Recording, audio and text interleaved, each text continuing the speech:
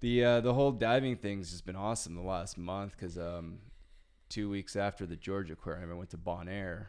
Yeah. And that was my first time down there, and dude, that place was cool. I thought you had been to Bonaire before. No, I'd only ever, as far as like Latin America, Cozumel last year, and then Bonaire, and then I went out to Australia back in December and did a day dive out at the Great Barrier Reef. Right. But Bonaire was cool, dude. Just being that Bonaire's close wicked, dude. Being that close to Venezuela. And it's like one of my favorite places in the world. A lot more work. I kind of wish I had web gloves. Yeah, I've got some gloves I can recommend for you. Back when I was diving without legs, I found these gloves that really, really helped me out. Yeah. You're not supposed to wear Bonaire or gloves in Bonaire because it's a natural or a marine park, but they don't say anything. They kind of give us like a cripple pass too. Yeah. There is a like a quote unquote scuba police there. They're marine park rangers. Yeah. But I've been to Bonaire 3 times now, and I've never been looked at by any of them or anything. Does he just have like little like red and blue flashing lights? Just pulls you over. Look like you belong there, you know. Check your check that little tag to make That's sure you what pay they the say. fee. But you know, dude, the crazy thing is that I never until I just got my own VC and stuff, so I never even clipped those tags on before. Oh yeah. I was just dive without them. What kind of BC did you go with? I got the oh my god, the Scuba Pro Go or the Hydro. Sorry. Is it a jacket style? Yeah. Okay. Yeah. Yeah. Back inflate, but it's really nice. It's what I started kind of getting hooked on them because that's what the place that we use in Bonaire has in their rental shop. And, right. Yeah. And I tried a few other styles of BCs, and I could dive with anything, but that one was just kind of the one that was spot on for me. And luckily, there was a guy that wanted to sponsor my dive gear, and dope. That's what, yeah. So, I showed you my BC, right? With the so I have the it's the Aqualung Axiom I3, and the I3 is the system with the inflator deflator lever. Yeah. That's pretty awesome, man. Yeah, it's just got the lever mounted kind of like right on your kidney. And it's really good for guys that like have finger impairment. Yeah. Cuz can you still dump out of your top valve or no?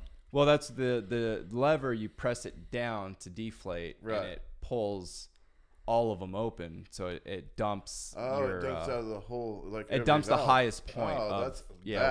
That's so really where the cool. air is. Yeah, it's got. I mean, it also has an emergency dump, and then it's got the inflator's down there too, so you don't have to worry about that flex hose. Yeah, and that's the main reason why I got it, was because to operate the flex hose, I'd have to use 2 hands. Right. Where this one I can just psh, psh, no, that thing's great, man. Yeah, I love it.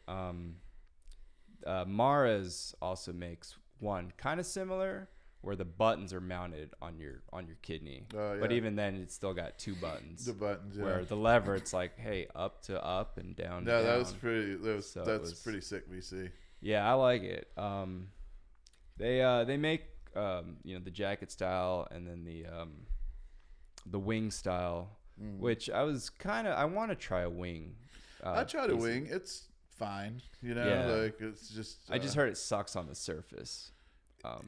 I have to very specifically weight myself for the surface anyway. Cause even with my diving prosthetics on, I'm way top heavy, and I have a real tendency to just flip face forward on the surface. All right. So that's what I like about the Hydro is it's got trim pockets in the back of the BC. So I can put weights back there and they help keep me, because I used to have to put a tank weight on, and that's fine unless you get into trouble and then you can't drop that weight. You know? Yeah. So what what are you doing as far as trim? Like, did you have to do anything funky because you're missing 2 legs? Not in warm water.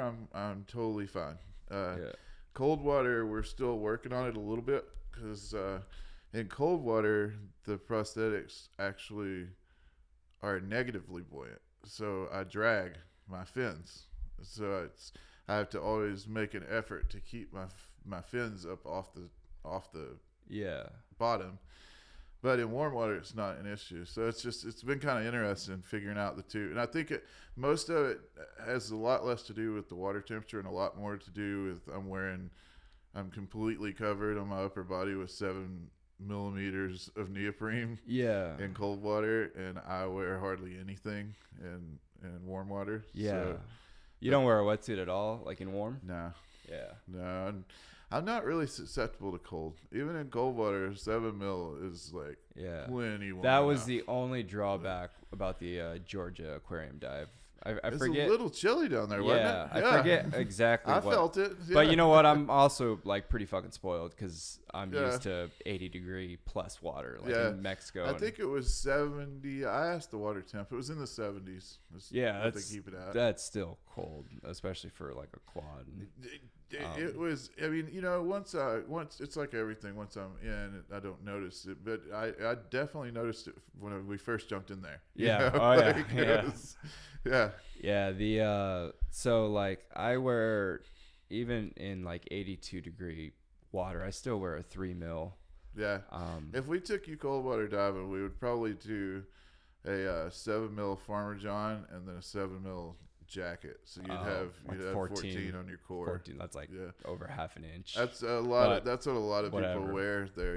It's just I wonder what the what my weight would have to be, because I don't really have to add like a whole lot of weight. You don't have. It's just kind of putting it in like specific spots to. I mean, you'll be a lot heavier. You'll be heavy just to get the neoprene down. Yeah. I mean, we had some of our guys that were like close to 50 pounds, Yeah. I think I was at 28 and I dive warm water with 14 or less, So. Yeah, I'm like 15 pounds or so. But the next thing that I think I need to buy before, because I'm going diving in Cozumel at the end of August. The next thing that I want to buy is like a 3 mil hooded vest for night dives, and a light too, because I did my first night dive. It did not go well. No, it's tricky, dude. I was freezing right off of the bat. And then Bonaire's got the wind, so it's like I was already getting cold. Once the sun went down, I was already starting to get cold from the wind chill, and then getting in the water. And then my buddy diver got a little dizzy. Something happened. He got kind of dizzy, so we were just like, man, we're 30 minutes into this dive. I was like, let's just abort it. Like, let's go back, dude. I'm freezing. Yeah. So, but it was cool. We got to help a couple Turpins out on their little night hunt. Yeah. And they were just, these monsters. Like, they were probably. That's how it is. 2 or 3 feet long. You know? And they were just out on the hunt, and we were just spotlighting the fish, and they were just whomp. You guys were on the Klein side of Bonaire, right? So when you looked the at west your side. resort, you see the Klein Bonaire, the big island. Mm-hmm. Yeah. So that's where we stay too. Yeah, just up the street. Pretty much right down the road from where they dock the cruise ships. Yeah. So it's same general area. Yeah. So where do you guys normally stay? At Captain Don's. Yeah. And that's north of the dock, or? It's north. Yeah, it's north of the town. So know the main town there. Yeah. It's just north, about a mile maybe. Okay. From town. Yeah, we're pretty much like the southern edge of town. Yeah. Right by the. The whole island's 15 miles long, so it's all close. It's like 190 square kilometers or something. I heard.